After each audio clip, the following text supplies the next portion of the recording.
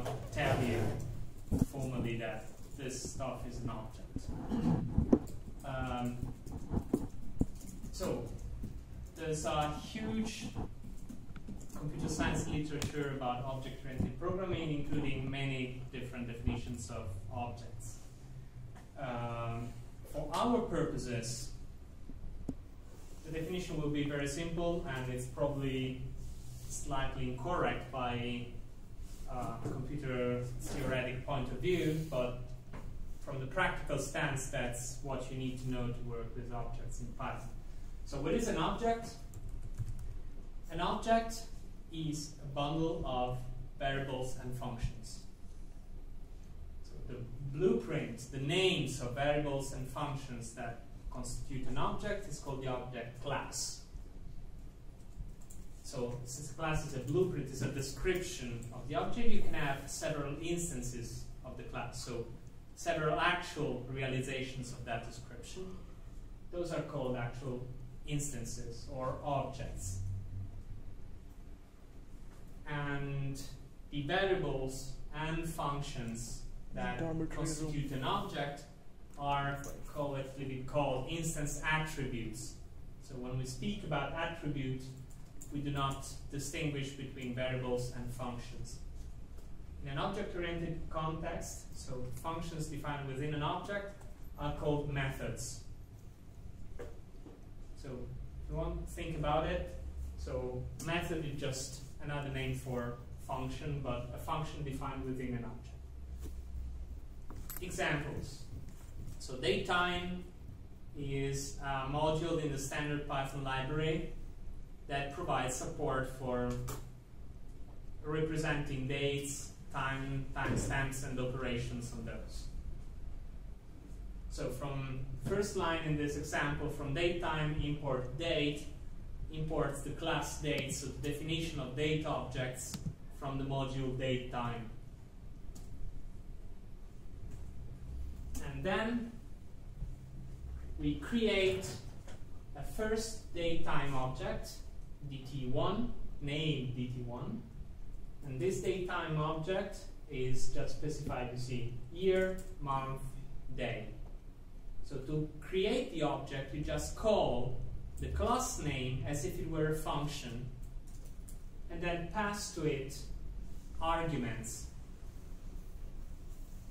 The type and sequence of these arguments is specified in the class description, in the class documentation, just like the type and order of the arguments to a function is specified in the function signature and in the function documentation. So if you look up the documentation for the class date, you will see that date should be instantiated with year, month, and day of the month. And then we can create a second instance, so giving different values for month and day of the month, and that's a distinct object. So now we have two date objects, so two instances of the same date class. Class is the same, but the actual objects are different. So there is a function, built-in function in Python called dir, short for directory, that gives you the list of all attributes in the object. So all variables and functions defined in that object. You can apply this to the dt1 object, so date1, and you get a list that has many attributes. Note that dir returns a list of attributes, so variables and functions, so variables and methods mixed. You cannot tell from this if month is a function or a variable. You cannot tell if string format time is a function or a variable. There is a reason for this. Access to object attributes, so variables and functions, is done by using the dot operator. So object name on the left, attribute name on the right, dot in the middle. So you see date day, date month, date year. And we get the values for that instance. If we were to run the same example on the DT2 object created here, we would get different values for month and year, and month and day.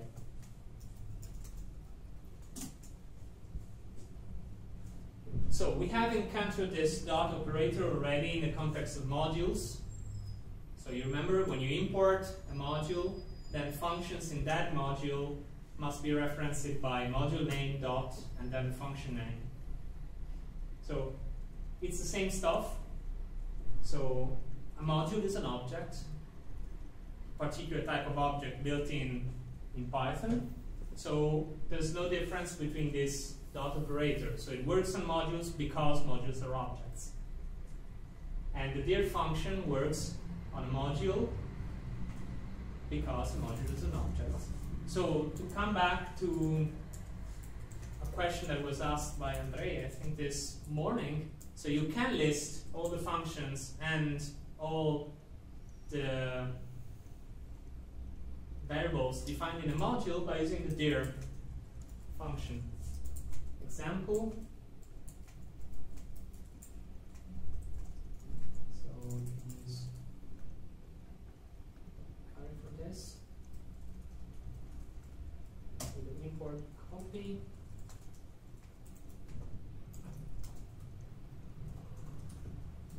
Dir copy. So that creates the copy module.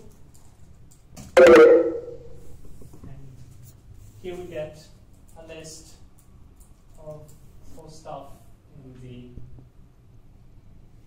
copy module. This is sometimes useful. It's more useful to get documentation, usually, but not all modules have good documentation, so from time to time you have to just guess what a function does from its name. There's one important thing about modules. A module has one and only one instance in the Python interpreter. So you never create two instances of the same module. So we have already seen this with the import function. So import works only once, then it does not reload the file, etc. So it just reuses the instance that's in memory. And when you reload, what happens is that the old module is destroyed and a new one is created.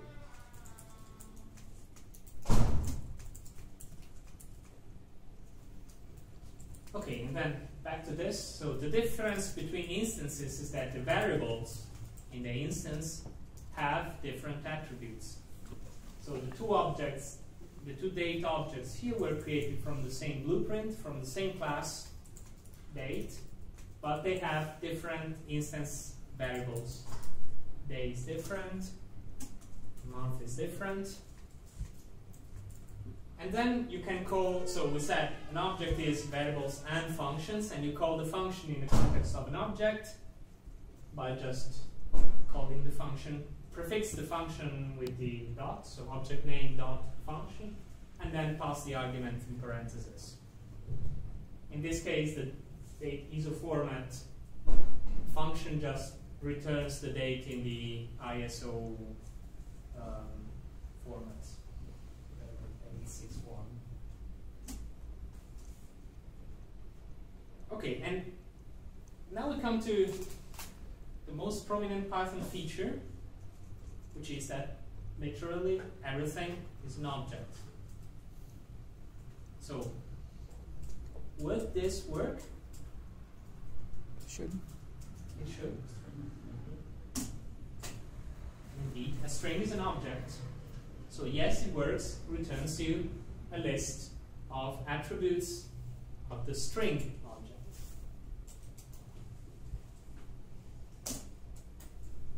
A list is an object, so you can get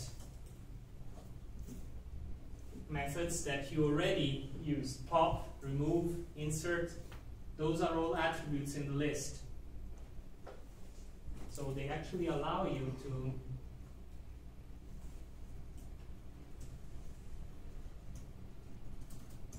to do things like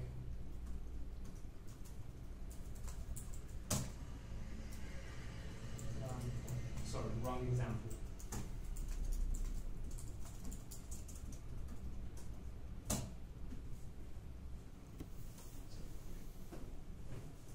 Object dot function.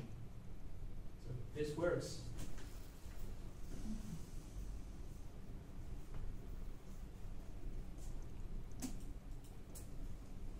Okay, that's what I just showed. So there's nothing special in the calling, so you do not need the object name. So remember, variables are names for objects. So you can substitute the actual object or the literal object for the variable. We normally don't do this in the code, so it's something that you will only see when experimenting on the command line. But it's a trick that sometimes becomes useful. Question, will this work? What do you think? Should be an integer object. Is it still Capital I. But can you define methods for integers? With a capital I. To string. I don't know.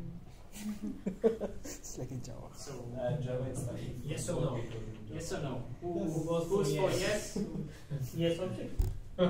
Is it, will this work or not? So if you think it will work, raise your hands.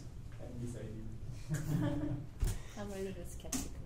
Everything is an object. Integers are objects. What's the But best actually difference? Come on, look title, everything's an object. Yeah, I come from Java.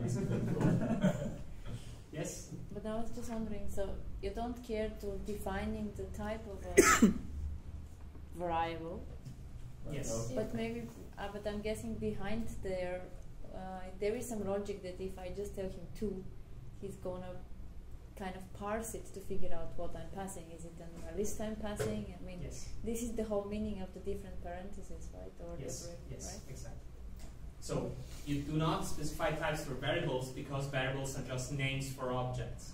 So a variable is just a name. So variables do not have types because they're just names. So pretty much they move the intelligence from the people being responsible for defining Yes. a type into the machine. Yes, exactly. And then the objects themselves, in this case, for the base objects, until we get to your own custom objects tomorrow, the interpreter knows what kind of object it's dealing with because they have different textual representations. So as you said, lists have square brackets, and dictionaries have braces, and integers are strings of numbers, and strings have quotes. So the interpreter knows from the text representation.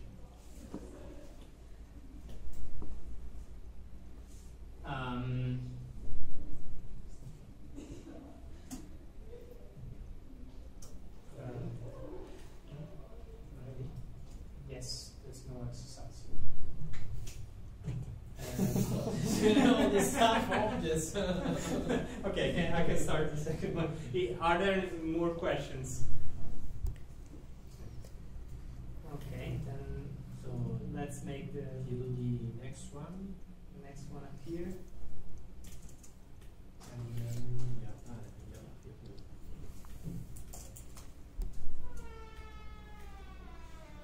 In the slides where you the very first line where you imported the class. So there was an example, the very first few slides where you imported the class, like from date time import date, yes. where date is a class, right? Yes. So if you define a lot of classes in a file that you created, can you do it the same way, like from file name import class? Yeah. This is very common. It's also, well, you can import the module and access the class using module name Dot class dot or method. you can say, okay, from module import And you can even class rename 1, them. class 2, function tree, variable for, because if you define a variable inside the module, you can And you can do from blah blah import As as Yes, yeah, I will change like it this. again, whatever is Something more else. readable for you. you You can also bind variables to functions. But this is also a question of styling. You want to do one big class with everything. I mean, I had a problem where I had my functions written in different Python text files .pys, and then they were in a particular directory, and many times my import based on the directory name dot file name dot function name didn't work. You have to, the path has to be set. Path had, yes. Because you have to add it to the path. You have to create a file Yes, it was all there. All the underscore init. and then you have to check the Python part. Yes, I think that was probably the problem, was that the path was not set because You the can init. define a variable, or you can modify the path list in the sys module. So you put sys and sys path And you can up append the. the directory, and from that point on, Python will go from that directory forward. More questions?